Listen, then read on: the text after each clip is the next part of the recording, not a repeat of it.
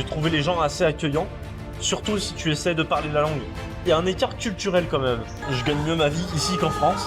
On trouve beaucoup de choses fait pas cher, un peu en dehors des clous, tu vois. Une grande liberté que vous ne pouvez pas imaginer tant que vous ne connaissez pas ce pays. Exactement. C'est clair. Je suis coach sportif. Le pays s'est beaucoup développé, les salaires ont augmenté en général. Le marché est gigantesque, très accessible. Parce que sinon, si on compare la manière de rouler des Bulgares avec les Parisiens, désolé, mais ici c'est le paradis. Il faut tomber sur le bon vendeur. Les personnes qui pourraient potentiellement être dangereuses ont peur de se faire casser la figure par les Bulgares. Ouais, mais c'est en vente ces machins-là. Mais c'est interdit, non? Je dis non, c'est la Bulgarie, c'est pas interdit. Ouais, Ce qui est encourageant sur la Bulgarie, c'est vraiment, comme je le disais tout à l'heure, la population. De la vérité, bonjour à tous. Expérience d'un expatrié français en Bulgarie. Aujourd'hui, je suis avec Thomas. Enchanté. Merci de me recevoir sur ta chaîne, Arthur. Avec grand plaisir, Thomas. Alors raconte-nous un peu ton expérience de la Bulgarie. Quand est-ce que tu es arrivé ici? Qu'est-ce que tu fais en Bulgarie? Je suis venu en Bulgarie il y a 3 ans maintenant. Je suis parti de France pour diverses raisons. J'ai trouvé un travail très rapidement. C'était avec l'entreprise Telus. Donc ils m'ont payé en fait le voyage directement pour m'installer, l'hôtel les premières semaines, etc. C'était extrêmement rapide. Ouais. 1 semaine et demie, 2 semaines maximum, et j'étais déjà là après avoir pris la décision. Et ensuite, j'ai changé différentes fois d'entreprise pour des raisons diverses encore une fois, préférences personnelles. Voilà, toujours eu le désir de rester en Bulgarie, garder un emploi ici. Tu te vois continuer de vivre ici? Pour l'instant, oui. Pour moyen terme, oui. Après long terme, ce sera à voir. Normalement, oui, mais ça dépendra aussi des circonstances politiques, pas seulement, mais aussi personnelles. En Bulgarie, quel est ton travail? Comment tu gagnes ta vie ici? J'ai 2 activités. Première activité, donc, qui est un emploi salarié. Je travaille pour une entreprise l'équivalent d'une banque, tu vois, une institution financière. Je fais du support client directement avec des entreprises pour le coup, pas des clients finaux, c'est du B2B. Puis la deuxième activité que j'ai, donc en fait, c'est mon métier de base. Je suis coach sportif, je suis mes clients en fait dans les salles. Dans la salle qu'ils le souhaitent, je fais ça depuis que je suis arrivé. Ça se développe. Voilà. Très bien, très bonne idée. D'ailleurs, Thomas est mon coach sportif, pour info. C'est aussi comme ça qu'on se connaît. On fera une vidéo spécifique pour vraiment détailler cet aspect-là. Mais pour revenir un peu au sujet de la vie en Bulgarie, est-ce que toi, tu trouves que c'est simple de gagner sa vie en Bulgarie, de trouver un emploi, de lancer son activité? Quand je suis venu en Bulgarie, on était encore dans les années où c'était l'optique de survivre ou vivre plutôt bien avec 1 000 € par mois. Ouais. Et maintenant, c'est clair que c'est plus le cas du tout. Seulement, je vois qu'il y a toujours en fait beaucoup d'offres d'emploi où ils offrent juste entre 1 000 et 1 200 €. C'est quand même limite. Il faut vraiment tabler sur trouver des emplois avec plus fort salaire. C'est clair. Le pays s'est beaucoup développé, les salaires ont augmenté en général. Aujourd'hui, il faut être plus sélectif, c'est ça que tu dis, toi. Exactement. Et il ne faut pas hésiter d'ailleurs à laisser en plan en fait les entreprises, trouver un emploi par sûreté, mais continuer de chercher parce qu'il y a énormément d'offres en fait. L'entreprise où je suis, avant d'y rentrer, j'avais 5 autres emplois. Et chacun de ces emplois, le matin même, je les ai appelés pour leur dire excusez-moi, j'ai trouvé meilleur ailleurs. Et du coup, je suis pas allé le jour même. Donc ça m'a pris 3 mois en fait en tout pour trouver mon emploi actuel. Mais c'était rentable parce que du coup à la fin de l'année j'ai tout rattrapé, tu vois. Et en étant très sélectif, parce qu'en réalité en Bulgarie, dans la semaine tu trouves un emploi si tu veux. Mais c'est ça, en quelques semaines j'avais des dizaines d'offres. Et après j'en avais 5 qui m'ont réellement embauché. Le marché est gigantesque, très accessible. D'ailleurs mon premier emploi, je me suis fait avoir sur le salaire. On m'a vendu en France que ça allait être 1 200 € net par mois. Il s'est avéré que c'était brut. Le logement en Bulgarie, raconte-nous un peu ton expérience. J'ai eu 4 logements différents du coup en 3 ans. Premier sur le boulevard Vitosha. Expérience très agréable donc de vivre directement sur le boulevard. Surtout le matin ou le soir quand tout le monde est parti. Ouais, là t'avais vraiment le boulevard. Pouvoir sortir sur NDK, tout ça c'est extrêmement agréable quand t'es seul. Par contre tout de suite dès qu'il commence à y avoir du monde, ça devient désagréable. Ensuite, je suis parti à Liulin, notamment parce que j'avais plus d'emploi à ce moment-là. Donc j'ai voulu moins cher. J'ai trouvé dans un bloc communiste, ce qui m'avait pas déplu en soi, l'appartement refait à neuf, etc. Par contre, encore le souci, les cafards qui m'ont fait partir du coup au bout de 6 mois parce que c'était hors de question. Donc j'ai essayé des logements plus récents, quartier Krastova Vada, là où il y a le Paradise Center, donc au sud de la ville, très proche de la montagne. Tout est complètement neuf. Là, pas un seul insecte, pas une araignée, pas une mouche, rien. Jamais, de toute l'année. Ni hiver, ni automne, ni printemps, ni été. Jamais. Mais par contre, il n'y a pas un coin de verdure, quoi. Alors, si on habite à côté du parc, oui, peut-être. Ouais. Mais sinon, tout ce qu'ils ont construit, en fait, ils ont retiré toutes les arbres, toute l'herbe, il n'y a rien du tout. Je suis parti finalement maintenant à Nadejda, donc un quartier un peu similaire à Liulin. Bloc communiste partout. Et là, par contre, tu vois, enfin, ils ont fait le travail correctement. Il n'y a pas un seul cafard, tout est propre. Appartement refait à neuf aussi. Et puis là, je pense que c'est le meilleur appartement que j'ai eu en Bulgarie. Quand on parle de bloc communiste aux Occidentaux, aux Français, tout de suite on s'imagine des trucs à la soviétique, de façon années 80. Bah, d'extérieur, c'est ça. D'extérieur c'est ça, mais à l'intérieur ça peut être très correct et souvent mieux que du neuf. Le bâtiment lui-même est de meilleure qualité. J'ai ramené ma mère une fois dans le bâtiment communiste. Elle a été pas très enchantée, notamment des ascenseurs, puisque c'est les vieux ascenseurs où il n'y a pas de vraie porte en fait. Tu vois défiler toutes les portes, mais c'est des exigences d'occidentaux, vraiment de l'Ouest quoi. En fait, on vit très bien dedans. C'est dans le plus cher qu'il y a du bon neuf. Le problème c'est le neuf pas trop cher, qui souvent est mal construit, et même la géométrie des appartements est moins bonne. Les appartements communistes sont super bien conçus. Question de budget en fait. Question de budget en fait, question de budget. C'est vrai que l'appartement neuf que j'avais, je l'avais à 500 € par mois. Et dans un bâtiment qui venait de sortir de terre un an avant. Donc finalement, il était en dessous du prix du marché. Et bon, forcément, ils ont pris sur la qualité tout simplement. Mais comment ça se passe la voiture en Bulgarie, les transports ici dans ta vie à Sofia? Alors, j'ai essayé différents modes de transport. Avant, je me déplaçais que avec la carte de transport, donc en métro. Ouais. J'ai toujours détesté prendre le bus et le tram. Après, bon, c'est une question de préférence personnelle. Mais c'est vrai que je préfère le métro. Pendant un moment, j'ai voulu prendre un vélo et me déplacer à vélo. C'était une bonne expérience. Par contre, j'ai complètement arrêté, j'ai laissé le vélo pour les gitans. Mais genre vraiment, dans la rue comme ça, à côté des poubelles, exprès pour qu'ils le prennent. Ouais. Parce que c'est même pas que les gens roulent mal, c'est juste que la signalisation n'est pas bonne.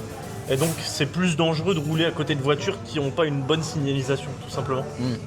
Genre, les 2 premiers jours de voiture, le deuxième, paf, le bas de caisse tape la route qui est complètement défoncée avec des pierres qui ressortent. Et même sur l'autoroute, obligé de faire des slaloms pour éviter les trous. Et des énormes trous. Tu peux pas passer, tu vois. Donc faut s'adapter. Après, idéalement, en fait, il faudrait prendre un 4x4, tu vois, quelque chose de surélevé ou un SUV, ça passe parfait. Moi, la voiture que j'ai prise est extrêmement basse. Parce que sinon, si on compare la manière de rouler des Bulgares avec les Parisiens, désolé, mais ici, c'est le paradis.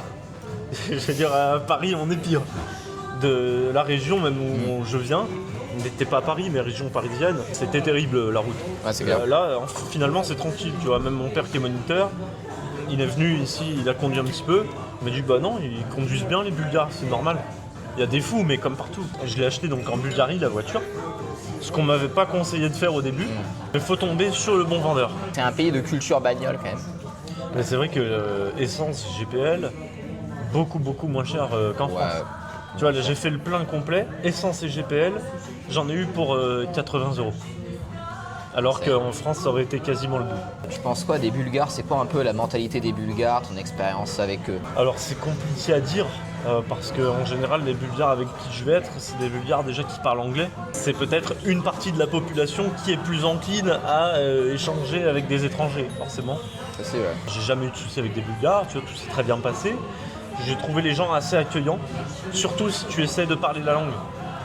Par exemple, mes parents qui sont venus, je suis obligé d'être avec eux. Ils parlent que français. Tu vois, s'ils vont au magasin, peut-être que le matin ils sont de bonne humeur, ils essaient de comprendre, mais ils retournent le soir au même endroit, c'est fini, ils essaient pas de comprendre. Tu vois, mais c'est normal. T'es fatigué. Si t'es en France, tu vois, et que t'as un étranger qui vient, il essaie de te demander un truc, il parle pas français. Peut-être que le matin t'es motivé, mais le soir t'en as marre. Tu lui dis désolé, je peux pas t'aider, tu vois. C'est pas qu'ils sont pas accueillants, mais c'est que si tu parles pas sa langue, c'est normal, tu vois, qu'il va pas il va pas forcément vouloir t'aider, tu vois. J'ai pas énormément d'amis. Après, c'est vrai que je côtoie plus de femmes que d'hommes. J'ai un très bon ami, pas à Sofia mais à Stara Zagora pour le coup, qui est bulgare et qui parle français. Alors, c'est ce qui est bête, c'est que du coup, il parle avec moi qu'en français parce qu'il veut pratiquer son français et donc il me fait pas pratiquer mon bulgare. c'est quand même difficile de créer du contact. Mais après, je saurais pas dire si ça vient du fait que c'est la Bulgarie ou si c'est dans le monde en général. Parce que même en discutant avec des Bulgares, finalement, il y en a beaucoup qui ont du mal à créer des contacts aussi. Et je pense qu'à partir du moment où tu sors de l'univers de l'école, etc., ou de l'entreprise, mais même en entreprise c'est un petit peu difficile quand même, tu as plus de difficultés à créer du contact. Souvent les gens qui ont beaucoup de contacts, ils se les sont créés à l'école ou alors au sein de la famille. Mais quand tu arrives comme ça dans un pays étranger et que tu n'as aucun contact, rien du tout, forcément, c'est comme ce que font les immigrés chez nous en France, c'est que les premiers contacts qu'ils ont, c'est ceux qui connaissent, donc ceux qui parlent leur langue, tout simplement. C'est ça. Donc nous, c'est la diaspora française. Et après, il faut aller essayer de chercher à créer des contacts par soi-même avec des locaux. Mais pour ça, il faut réussir à être en comité restreint. Si tu commences à sortir avec déjà 4-5 autres Français, c'est foutu. Il faut que tu sortes tout seul, voire à 2, mais 2 maximum finalement. Et que tu t'obliges à aller dans des événements, des endroits où il n'y a que des Bulgares, où tu vas essayer de parler bulgare, ou alors en anglais, en espérant trouver des Bulgares qui parlent anglais. C'est un point intéressant qui a été évoqué dans la vidéo d'ailleurs sur le choc social, rencontrer en Bulgarie, se faire des amis, c'est la précédente vidéo sur la chaîne. Et tu me dis que tu as plus de contact avec des femmes qu'avec des hommes ici en Bulgarie. Est-ce que tu as pu rencontrer ici, avoir une copine bulgare Alors j'en ai eu quelques-unes du coup. Okay. C'est pour ça que j'en ai plus en contact. D'accord. Mais du coup c'est des contacts de femmes avec qui ça n'a pas marché. Oups, bon, ça arrive. Alors ça aurait pu marcher, mais il n'y a pas qu'un écart de langage en fait. Il y a un écart culturel quand même. La communication n'est pas forcément difficile à cause des mots, mais à cause en fait du comportement. C'est tout un ensemble en fait. D'accord. Être avec une Bulgare, ça n'a rien à voir avec être avec une Française. J'ai récemment rencontré une Française et ça faisait extrêmement longtemps. Ça faisait peut-être 3 ans que j'ai pas parlé à une Française, tout simplement, parce qu'il y en a très peu ici en Bulgarie. Et j'ai trouvé que ça n'avait rien à voir. Je sais même pas dire si c'était un date, tu vois, c'était plutôt un rendez-vous professionnel, mais qui était très agréable. J'avais une sensation, tu vois, comme de soulagement, tu vois. Ah, finalement, la discussion avec une femme n'est pas compliquée, tu vois. Avec les Bulgares, c'est un petit peu difficile.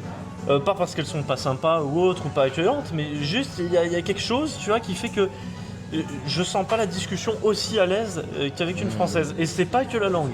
Parce que je me débrouille quand même très bien en anglais. Et certaines d'entre elles se débrouillent très bien en anglais aussi, tu vois.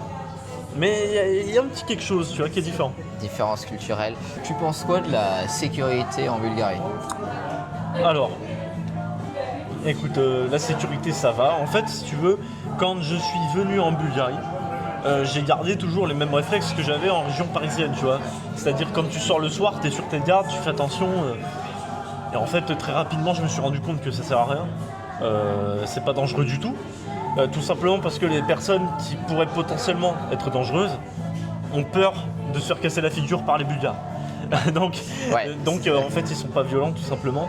Après, il y a plein d'autres choses. Hein. C'est un petit peu comme en Corse, finalement, tu vois, c'est plus dangereux. Tu sais pas sur qui tu peux tomber finalement, quelles peuvent être ces relations, donc tu fais gaffe. Et donc les gens ils vont pas t'attaquer comme ça pour rien parce qu'ils savent pas qui tu es. Ouais. Voilà, après quand t'es touriste, on peut profiter un petit peu de ta gentillesse ou de ton ignorance, mais on va pas t'attaquer tout simplement. J'ai jamais vu des gitans ou qui que ce soit attaquer quelqu'un. Il y a déjà eu des fois des histoires. Mais voilà, ça a fini de manière tragique pour certains. En tout cas, ouais, super sécurité ici, pour les hommes comme pour les femmes, il n'y a vraiment pas de souci. Pourquoi est-ce que tu as décidé quand même de quitter la France, de quitter la région parisienne pour venir faire ta vie en Bulgarie ? Très simple, hein. Je gagne mieux ma vie ici qu'en France. Ouais, c'est la base. Voilà, la base. Et après, ce qui a été le déclencheur, en fait, si tu veux, quand j'avais 18 ans, je me suis dit, je vais partir de ce pays à 25 ans à peu près. Tu vois, le temps de faire des économies, etc. Je me fais une bonne base et je me casse. Il y a eu le Covid, des salles de sport où je travaillais ont fermé complètement, faillite. Ouais. Chacun a des raisons un petit peu différentes de rejoindre la Bulgarie. Et c'est vrai qu'une grande raison, c'est la liberté. C'est ça. Et une grande liberté que vous ne pouvez pas imaginer tant que vous ne connaissez pas ce pays. Exactement. C'est clair. Et les Bulgares qui vivent en France, eux, ils connaissent ça. Ah oui, il y en a beaucoup qui sont revenus d'ailleurs. Beaucoup sont revenus d'ailleurs. J'en ai connu énormément, surtout en support client du coup, puisqu'ils parlent des langues étrangères, donc ils ont vécu souvent à l'étranger. Mais même des taxis ou autres, tout le temps quand on parle avec eux, l'Ouest c'était bien, surtout pour le salaire, pour faire des économies. Mais après, finalement la Bulgarie c'est mieux. Ouais, ça a changé. Alors, il y en a toujours qui veulent partir, parce qu'ils ont toujours cette propagande comme quoi l'Ouest est mieux. Mais finalement... c'est le même syndrome en fait qu'ont les Japonais quand ils viennent en France et qui sont déprimés parce qu'ils voient la vérité. En fait là c'est pareil, ils voient la vérité, c'est pas du tout ce qu'ils imaginent quoi. Ouais, au fur et à mesure la situation est en train de s'inverser, c'est-à-dire que les pays d'Europe de l'Ouest étaient les plus attirants et les Bulgares essayaient de partir. Alors il y a toujours de l'expatriation des Bulgares qui vont en France, en Allemagne, en Angleterre et dans ces pays-là. Petit à petit, il y a de plus en plus de Bulgares qui se reposent la question, qui reviennent en Bulgarie. Et donc c'est vraiment en train de s'investir. Il y a des Français qui viennent en Bulgarie. Tu penses quoi un peu de l'avenir de la Bulgarie? Ce que j'imagine, c'est que beaucoup d'étrangers vont venir. Le pays s'enrichit énormément, tout va devenir plus cher au fur et à mesure. Ouais. Je pense aussi que tous ces petits marchés qu'on voit, tous ces petits commerces, bien sûr. Tu vois, le marché du cuir que tu avais déjà montré des fois dans les vidéos. J'y étais récemment, tu vois, avec mes parents. Ils étaient choqués de comment c'était fait en fait. On dirait vraiment la Chine, tu vois. Ouais. D'ailleurs, il y a des Chinois partout. Mais sur la manière dont c'est fait, avec des stands un petit peu partout. Un peu foutra quand même. C'est pas bien organisé. Mais par contre, c'est très peu cher. Même les garages, tu vois, les garages, c'est que des petits garages, c'est pas des gros garages comme en France où on répare les voitures comme ça. C'est vraiment tout petit. Il y en a même des fois, c'est dans leur propre garage. Mais je pense que d'ici 20-30 ans, peut-être, à force de tout le neuf qui vient, tous les étrangers qui viennent, tout l'argent qui rentre, etc. Je me demande si tout ça va pas disparaître en fait. S'il peut être un bénéfice comme quelque chose de pas si bien que ça finalement pour le pays. C'est-à-dire que ça reste quand même un des avantages du pays, c'est qu'on trouve beaucoup de choses fait pas cher, un peu en dehors des clous, tu vois, on se prend pas trop la tête. Après c'est aussi risqué, donc bon, t'enlèves du risque pour plus de qualité, peut-être comme à l'ouest, mais ça va peut-être enlever certains bénéfices, donc là tu seras un petit peu obligé finalement de gagner de l'argent pour vivre correctement. C'est clair que le pays s'enrichit, après on est très loin du coût de la vie français, on est loin, mais quand même, tout ce qui est importé, tout ce qui vient de l'étranger, c'est au prix international, ça change pas. Quand tu achètes un truc qui vient de l'étranger, des marques, des choses comme ça, c'est pareil. Et de plus en plus, quand on va dans les trucs de qualité, les très bons restos, les très bons vêtements, c'est pas forcément beaucoup moins cher qu'en France. Tout simplement. Bon, c'est pareil. De la marque. C'est de la mondialisation en fait, tout simplement. Tu veux prendre de la marque, c'est le même prix partout. C'est pareil, c'est pareil partout. Mais effectivement, le pays va vers son développement. Il faut quand même rappeler que depuis 2020, le PIB par habitant en parité de pouvoir d'achat a augmenté de 50%. Et l'inflation de 30% derrière. Il y a un gros développement économique. Et alors, une question qui peut revenir, est-ce que finalement la Bulgarie, ça va être comme la France dans X temps? Ce qui compte, c'est la population. Donc la population n'a pas l'air de vouloir changer. Je pense qu'à partir du moment où la population ne veut pas changer, le pays ne changera pas tant que ça. Là. Maintenant, tout dépendra de la propagande qui est faite à l'école.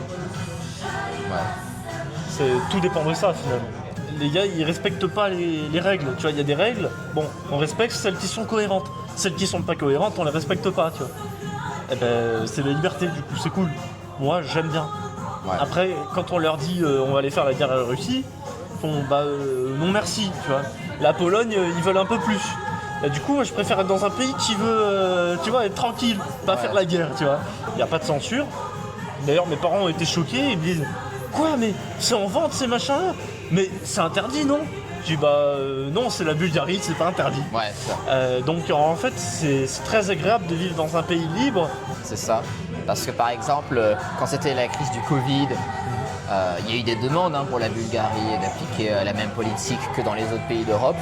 Et il y a des pays qui ne l'ont pas fait, c'est la Suède et la Bulgarie, qui n'ont pas fait de confinement. Pourtant, ça a été demandé à l'opposé des directives européennes. Et quand on regarde, par exemple, la Hongrie ou la Pologne, qui sont des pays qui sont au niveau de richesse de l'Espagne déjà, c'est pas aller dans le sens plus occidental. On voit pas de raison que ça s'aligne, que ça soit comme la France en tout cas. Ce qui est encourageant sur la Bulgarie, c'est vraiment, comme je le disais tout à l'heure, la population. Tu vois. Ouais. Quand je vois les filles, les femmes jeunes, la manière dont elles pensent, ça n'a rien à voir avec les Françaises en général. On va se retrouver pour une prochaine vidéo sur ton travail d'entraîneur sportif. Eh bien avec plaisir Arthur. À bientôt. beaucoup. Salut Thomas. Au revoir. Ciao, ciao.